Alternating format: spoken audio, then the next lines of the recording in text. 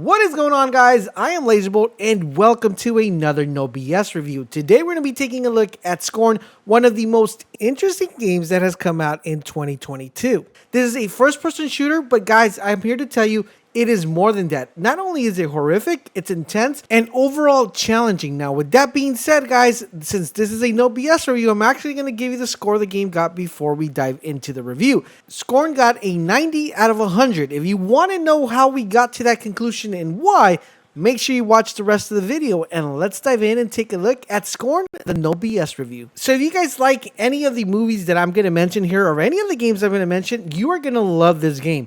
If you guys like Aliens, Prometheus, Hellraiser, Doom, The Evil Within, this game is definitely going to be up your alley. I am telling you, this game is immersive, fun, engaging, horrific, and intense. Now, with that being said, let's talk about the story behind Scorn and what you can expect when you play it so you can understand it just a little bit more. So like I said in the beginning, guys, Scorn theoretically is a first-person shooter, but it is way more than that, guys. It is more complex than just a first-person shooter, because it brings a lot of really cool aspects to the first-person genre. Not only is it a first-person shooter, but it's also a horror adventure game as well.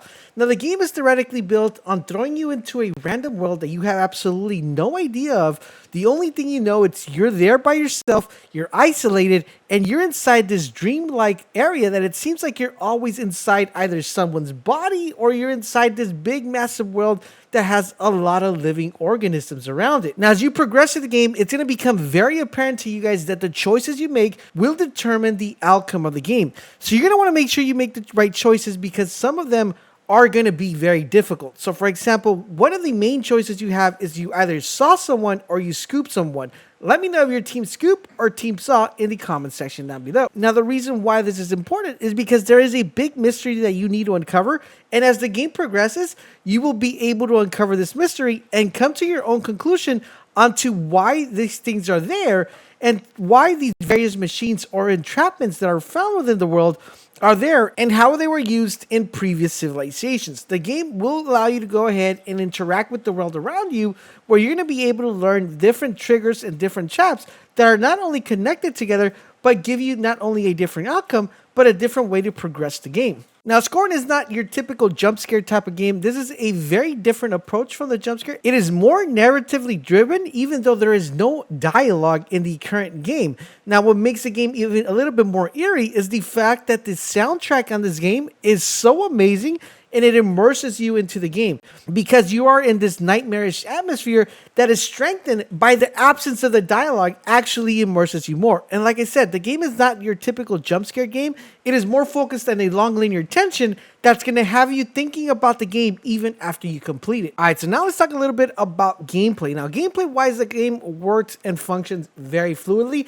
I like the fact that the game gives you multiple ways of approaching the game, and some things are actually done so well that it kind of gives you that different set of vibe when you approach different levels, due to the fact that some levels will give you that third-person view, other levels will give you that first-person view. You even have this top platform view as well, which lets you maneuver and activate certain mechanics and operate certain machines. And the reason I like this is because it actually changes the pace of the game. So not only are you walking not relatively fast, there is a sprint button, which I discovered a little bit later through my playthrough, and you don't feel like you're running super fast, but you're running fast enough to evade enemies.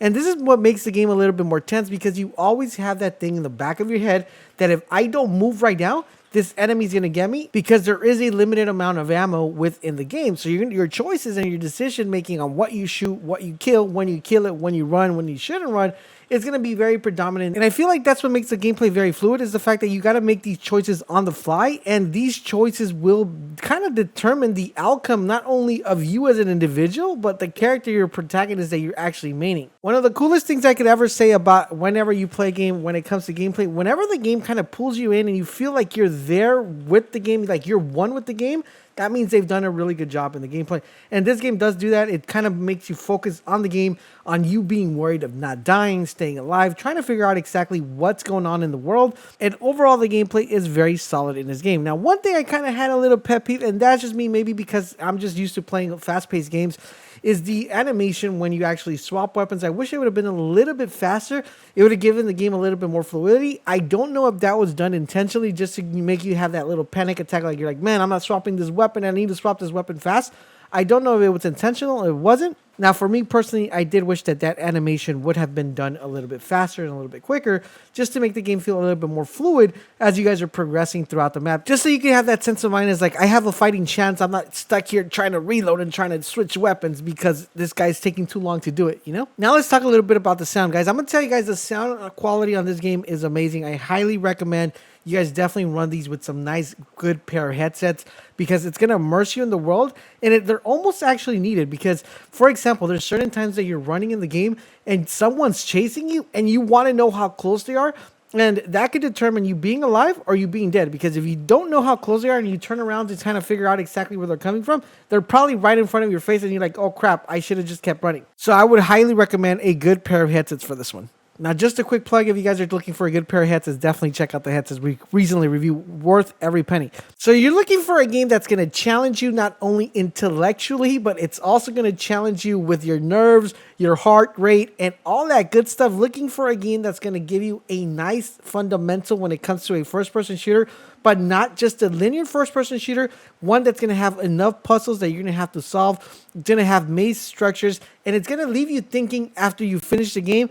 Scorn is definitely a game I would recommend, and it's definitely one of those games that you didn't expect this was going to be the outcome when we first heard about the game. I thought this game was going to be more like a Doom, but this game actually surprised me on how well it's done.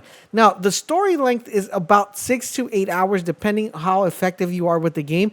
Now, you could replay this and get an alternative outcome because the decision you make will determine the outcome. So you're looking like about 16 to 20 hours on being able to replay the game.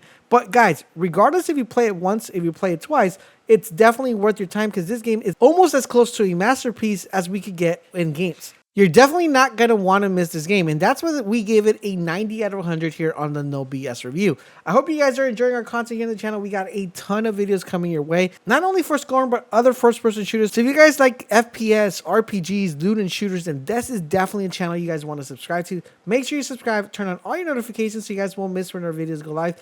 Thank you guys for watching, and I will catch you guys on the next video.